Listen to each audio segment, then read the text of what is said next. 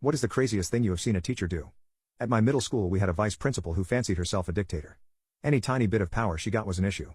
But I was a middle schooler at the time and a good kid not often in trouble, so I didn't cross her path until 8th grade. Her friend was a bus driver named Pat. For 6th and 7th grade years we had an awesome bus driver.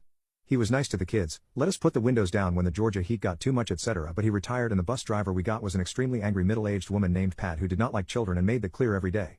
The windows stay up or we go back to the school.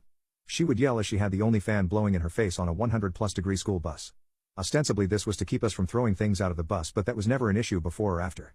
The real reason was that before the bus driver could leave the bus at the end of the day all the windows had to be back up and locked. So this saved her effort. My bus stop was the first she drove by but the last to pick up and had been that way for years. Pat changed this and decided she only wanted to stop on the first pass by and kept threatening to leave the kids in my neighborhood if we made her stop twice. I first got on the Karen VP's radar because Pat left me on the side of a very busy road one morning. She could have stopped but wagged her finger at me as she drove away and left me. I flipped off the kids laughing at me out of the back window, but the bus driver Pat thought I was flipping her off. I didn't get suspended because she left me with no way to get to school on the side of an extremely busy road and my mom threatened to sue if it happened again. But after that they had it out for me. Pat tried several times to get me on anything. She even coached a kid to say I bullied him, but when the real principal brought in the kid he said no, they are my friend, it was those other kids and a bunch of other little poop. Anything to get me in trouble. So the petty revenge comes in here.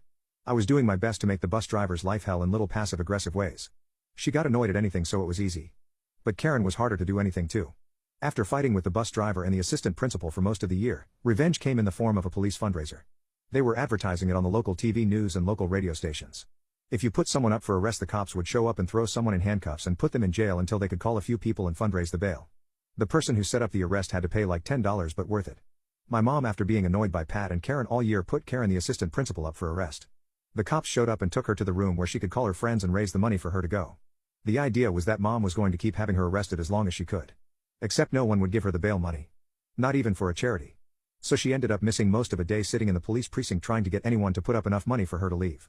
Eventually the cops told my mom that they had to let her go because it had gone on too long. She was the only one who didn't raise the bail money that day. Letting her know exactly how much she meant to everyone at the school felt great. I had a friend who heard her complaining about it later that day. She had called the principal who did donate some, but the other teachers gave nothing and none of her friends would help out. She apparently thought one of the teachers put her up for it. It's so minor and so petty it almost doesn't count. But when I left that school at the end of the year, mom went up and asked her how was jail. Before we walked away for the last time. First time I ever heard a ray sound from a human.